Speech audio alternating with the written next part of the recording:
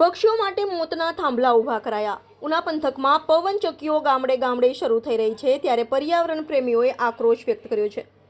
સ્થાનિક લોકોમાં પણ આક્રોશ વ્યક્ત થઈ રહ્યો છે. ગ્રામ વિસ્તારોમાં પવનચક્કીના વાહનો દ્વારા ટ્રાફિક જામની સમસ્યાઓ જોવા મળે છે. ખેડૂતોના ઊભા પાકને ચોમાસાની ઋતુ દરમિયાન અનેક પ્રકારનું મોટું નુકસાન થવાની સંભાવનાઓ થઈ રહી છે.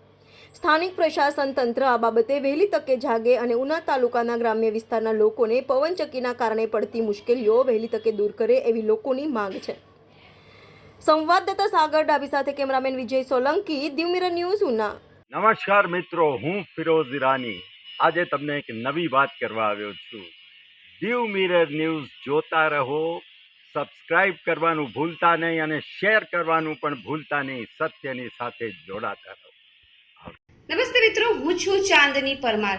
આપની મનપસંદ ચેનલ એટલે કે દીવ મિરર ન્યૂઝ ચેનલને લાઈક કરો, શેર કરો અને ફોલો કરો.